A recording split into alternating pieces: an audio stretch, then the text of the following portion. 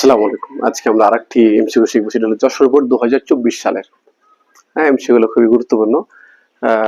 Set হলো গ সেটের কোশ্চেন। হ্যাঁ, তো এখানে একটা জিনিস যেটা আরো বেশি গুরুত্বপূর্ণ, সেটা হচ্ছে যে এই উদ্দীপকটার 2 নাম্বার কোশ্চেন তো এটা, 3 নাম্বার আরেকটা আছে এই উদ্দীপক নিয়ে, ওইটা আমরা পরবর্তী ভিডিওতে করব।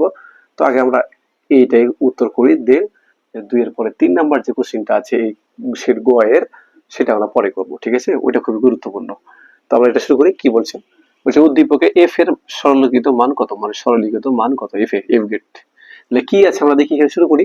হ্যাঁ, তাহলে এ দেওয়া আছে, ইনপুট একটা এ, বি একটা ইনপুট আছে। তাহলে এখানে কি হবে, এ এখান থেকে চলে গেল, মানে এখানে কি আসবে, এ গেল। আচ্ছা, এখানে কি আসবে, এ এখান থেকে আসছে, আবার এখানে আসছে, আবার বি এখানে আসবে। এটা কি একটা ন্যান্ড গেট? তাহলে কি এখানে আসবে, এ এ বি বার, কি আসবে, এ বি বার, যেহেতু ন্যান্ড গেট। তো তাহলে এখন এটা কি একটা এক্সঅর গেট? এক্সঅর গেটের তাহলে এখানে কি হবে, এক্সঅর গেটের ইনপুট এখন কি হচ্ছে, একটা এ আর একটা কি, এই যে ন্যান্ড গেট দিয়ে যেটা আসছে এ বি বার, এটা ইনপুট।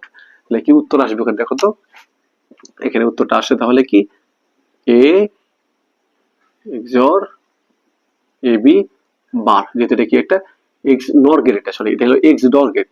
এক্স নর গেটে যে এটা আছে না, ডট আছে না, এক্স নর গেট। তো এটা কি উত্তর পেলাম আমরা, এফ সরল কথা পেলাম, এক্স নর গেট।